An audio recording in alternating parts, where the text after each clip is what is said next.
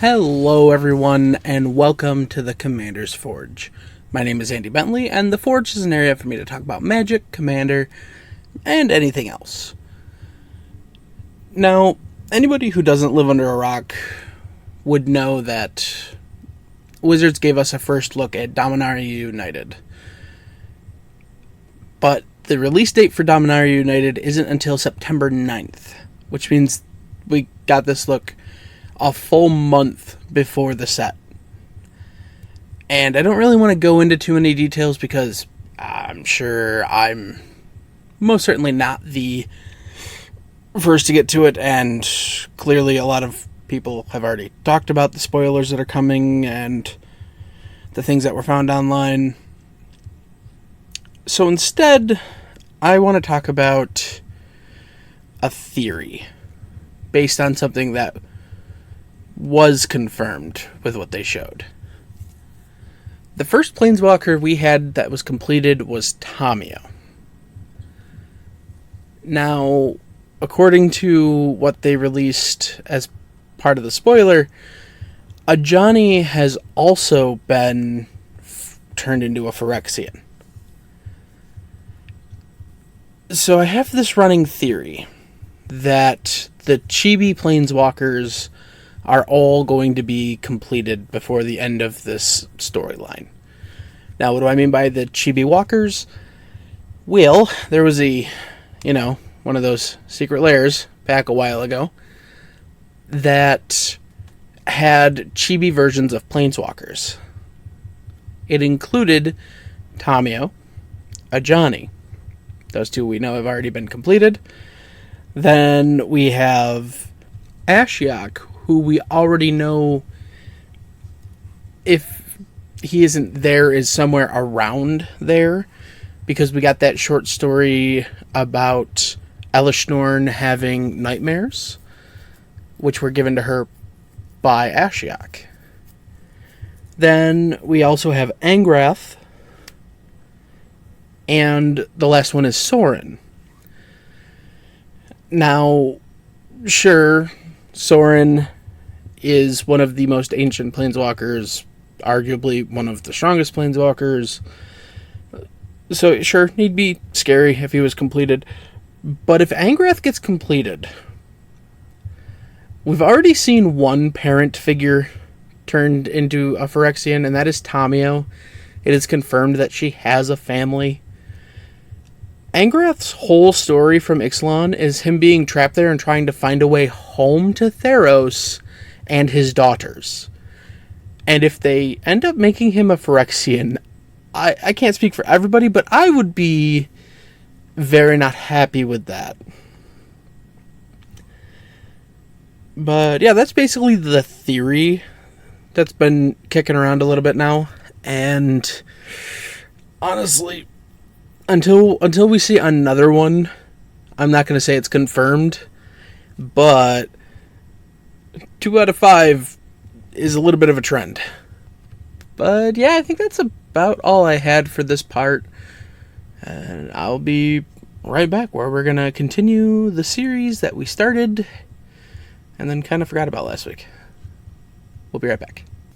I just want to take a minute to tell you about my Patreon.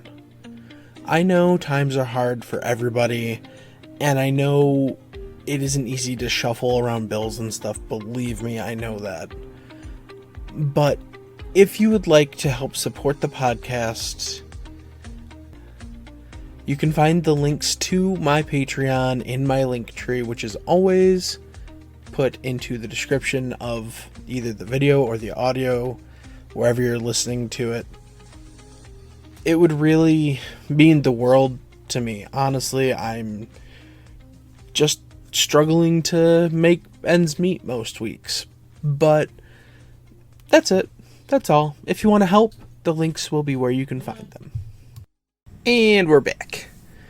Now, this week we will be continuing my look at comparing decks that I've made based on what I have in my collection versus what an EDH rec generates as a average deck list.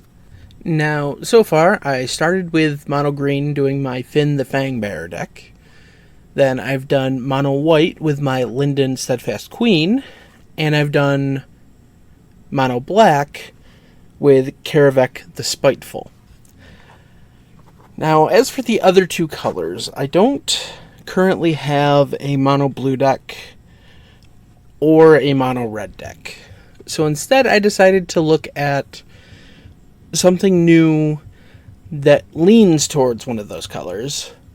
So I'm looking today at Duke Ulder Ravenguard. For red-white, 5/5, human noble soldier. At the beginning of combat on your turn, another target creature you control gains haste and myriad until end of turn. And yeah, so I loaded these deck lists both into Architect, and here's what we got out of it. My deck came in at a total of $637.78. The ADH Rec generated deck list came in at $604.23. As far as mana producers, I have 30 red producing mana sources, 22 white producing mana sources, and 8 colorless mana sources. They have 29 red, 31 white, and 7 colorless. As far as the color breakdown, my deck has 51 red pips, 15 white pips, and 150 in the colorless generic area. Theirs has 32 red, 45 white, and 159 in the colorless generic area. My average CMC is 3.38. Their average CMC is 3.51.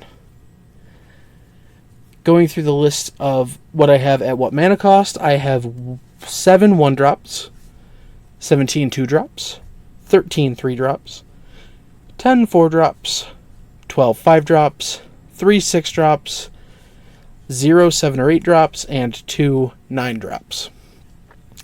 The EDH Rec version has 6 1-drops, 17 2-drops, and 17 3-drops.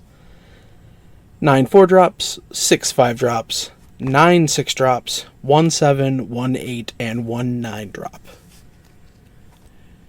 Going down into the breakdown of the decks, my deck runs 27 creatures, 5 enchantments, 10 instants, 12 sorceries, and 36 lands, compared to them running 13 artifacts, 34 creatures, 6 enchantments, 8 instants, 5 sorceries, and 33 lands. Now, it was quite obvious to me when I was looking through the deck list as I was putting mine together where the big difference here is, besides the fact that they have a lot more creatures than me. They focused more on enter the battlefield effects, where I focused more on big swingy creatures, and not to say they don't have those, it's just I have more of those. But things that are included in my deck that theirs does not have include things like Underworld Breach, Experimental Frenzy, Aggravated Assault, Seize the Day, World at War, Savage Beating, Final Fortune, Urabrask the Hidden, Phyrexian Triniform, Heraldic Banner, Decanter of Endless Water, and Anger. And things that they're running that I'm not: Sun Titan, Witty Roastmaster, Core Cartographer, Knight of the White Orchid, Loyal Warhound, Durgar Hedgemage, Ancient Copper Dragon, Legion Loyalty, Smothering Tithe, Impact Tremors, Sundial of the Infinite, and Jeska's Will.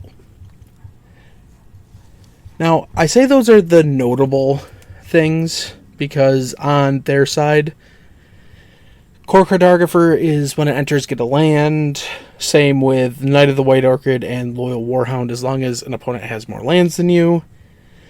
Durgar Hedgemage, if you control 2 mountains, you get to destroy an artifact.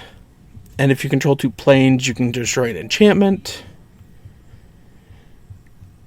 Ancient Copper Dragon is just absurd. I don't have a Smothering Tithe to throw in here.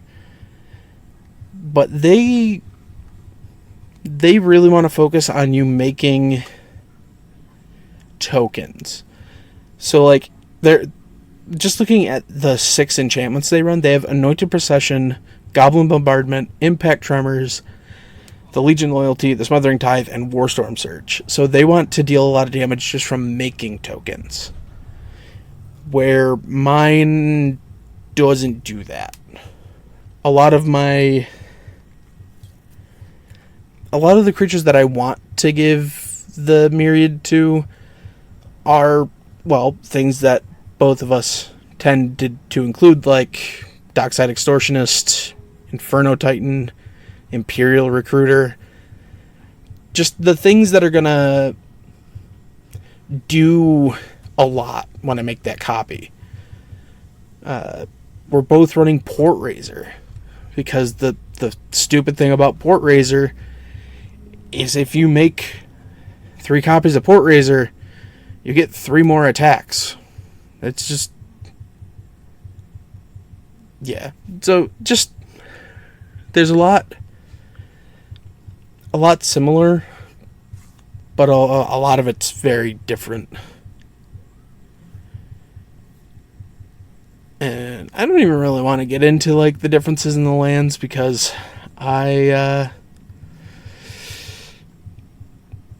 well, there's just... I mean, that looks like a pretty solid land base that they have, but... like, they're only running 33 lands. And I get they have a bunch of mana rocks, but I also have a bunch of mana rocks and mana dorks. And I'm still not going below 36 lands, not with my commander costing 6 mana. But yeah, that's kind of where it is. I don't have a whole lot more to say between the two of them. Yeah, I put it together because I didn't currently have a Boros deck. And the last few I've tried to build just have not kind of stuck, because I can't find a Boros deck that just does something the way I want to do it. So I'm hoping Ravenguard can kind of stick around. I do know next week I'll go into a more detailed breakdown of what's in the deck. But as far as this goes, it's going to be a pretty short episode this week, and I'm okay with that. I hope you all have a wonderful day. Thank you, and I'll see you next time.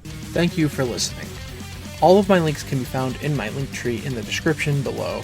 I would like to thank Ian Foss and Cody Mulpey of the band The Crypt for allowing me to use music for my opening and ending, along with Nate and Erica Jacobs for making my original logo. And I would also like to thank Christina McNichol for creating my new logo. And I'll see you next time.